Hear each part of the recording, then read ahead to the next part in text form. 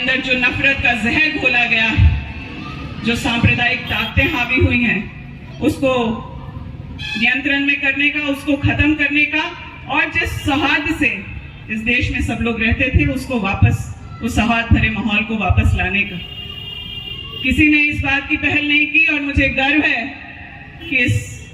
काम को हमारे नेता आदरणीय श्री राहुल गांधी जी ने अपने हाथ में लिया और लगातार कई सारी परेशानियों का सामना करते हुए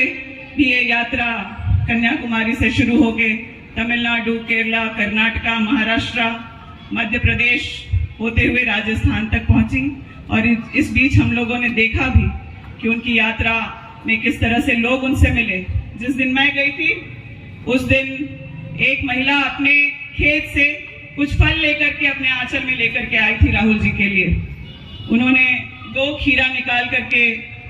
राहुल जी को दिया और उन्होंने बताया कि आपकी दादी ने हम भूमिहीन थे, लेकिन उन्होंने हमें जमीन हमारे नाम पट्टा दिया और आज उसी खेती की उपज मैं आपको देने आई हूँ राहुल जी। और आशीर्वाद के रूप में वो खीरा उस बूढ़ी महिला ने राहुल जी को दिया।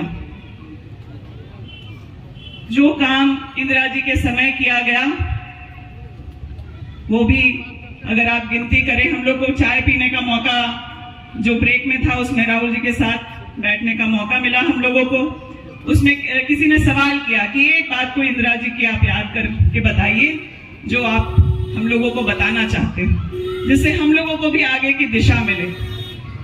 राहुल जी ने कहा पता नहीं आप लोग इस बात को समझ पाएंगे कि नहीं, लेकिन मैं जब छोटा था तो कोई एक पत्रकार आकर बताए कि पाकिस्तान के किसी नेता से मैंने पूछा था कि आप किस रूप में याद किए जाना चाहते हैं, आप अगर भारत पाकिस्तान को एक कर देंगे तो आपकी ख्याति बहुत बड़ी होगी। राहुल जी बोले मैं छोटा था, वहीं आसपास उनकी बातों को सुन रहा था, और जब वो पत्रकार चले गए तब मैंने अपने दादी से सवाल किया कि दादी आप कैसा चाहती हैं कि आपको कैसे लोग याद करें। राहुल जी ने कहा कि वो उन्होंने जो जवाब दिया मैं उससे दंग रह गया। वो बोली कि मैं ऐसा चाहती ही नहीं कि लोग मुझे याद रखें। उनके कहने का तात्पर्य ये था कि इंदिरा जी उस वक्त भी वही काम कर रही थी जो देश के लिए जरूरी था। लोग उससे उनके बारे में क्या सोचते हैं नहीं सोचते, उससे उनको कांग्रेस को वापस सत्ता में लाने का मौका मिलेगा नहीं मिलेगा, इस बात की चिंता किए बगैर जो इस देश को जोड़ने के लिए, समाज को एक रखने के लिए जो जरूरी था वह उन्होंने किया। मैं उस वक्त बैठे जब राहुल जी की बात सुन रही थी तो मुझे लगा कि मैंने जब राजनीति की शुरुआत की थी, राहुल जी ने यूथ कांग्रेस की शुरुआत की थी, अभिजीत और हम उस समय के यूथ कांग्रेस के साथी हैं, उन्होंने लोकसभा में चुनाव लड़ा था, मैं प्रदेश में थी। मुझे लगता था कि पहली बार जब हम लोग राहुल जी से मिले तो उन्होंने पहले ही कह दिया था कि 10 साल आप लोगों का समय मुझे चाहिए, उसके पहले मैं शायद आप लोगों को कुछ भी नहीं दे पाऊंगा, लेकिन 10 साल का समय आप देंगे तो आप लोग भी इस देश को बहुत कुछ दे पाएंगे, और मैं भी शायद इस परिस्थिति में रहूंगा कि आप लोग आगे बढ़ें। 10 साल से कम समय में जो हम लोगों ने मेहनत की, आप लोगों के प्यार आशीर्वाद से मुझे तो बहुत बड़ा मंच मिल गया, लेकिन राहुल जी आज भी युवाओं के लिए, महिलाओं के लिए, किसानों के लिए,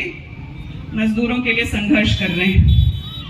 उस वक्त की पहली मुलाकात के बाद जो एक दिशा मिली थी, फिर 19 नवंबर को इंदिरा जी के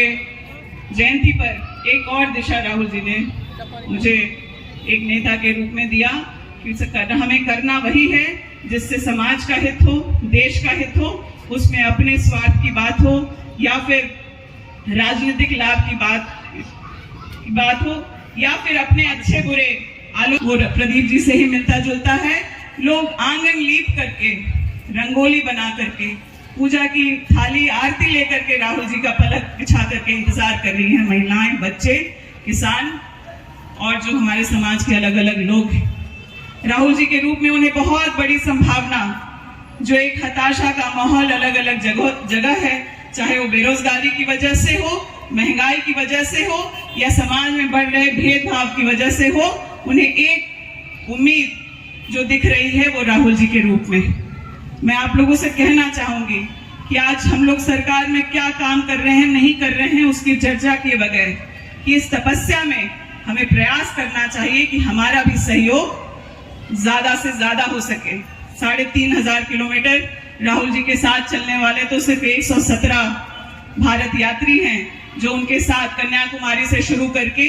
आज कश्मीर तक अगले महीने पहुंचेंगे। लेकिन हम सब जो यहाँ उपस्थित हैं, हम लोग अपने आचरण से, अपने प्रयास से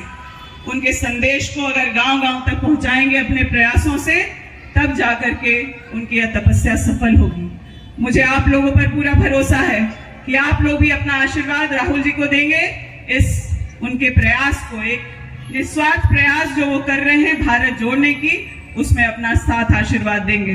क्या यहाँ जो युवा उपस्थित हैं, जो बुजुर्ग उपस्थित हैं, जो हमारी महिला बहनें उपस्थित हैं, क्या राहुल जी को उनके भारत जोड़ो यात्रा के लिए उनका अपना साथ और समर्थन देंगे? मैं आपसे निवेदन करती हूँ कि दोनों हाथ उठाकर एक बार इस जगह पर खड़े होकर के, आज राहुल जी राजस्थान पंजाब निकलने वाले हैं, लेकिन यहाँ से संदेश जाए गोड्डा के रोहतारा चौक से, माँ दुर्गा के प्रांगण से, कि उनकी तपस्या में हम लोगों का भी कुछ साथ रहेगा और उनके साथ हम लोग जुड़े हुए हैं। आप लोगों के साथ समर्थन के लिए बहुत बहुत धन्यवाद। हमारे बहुत बड़े नेता हम लोगों के बीच हैं, हम लोग उनको सुनना चाहेंगे। बहुत बहुत धन्यवाद।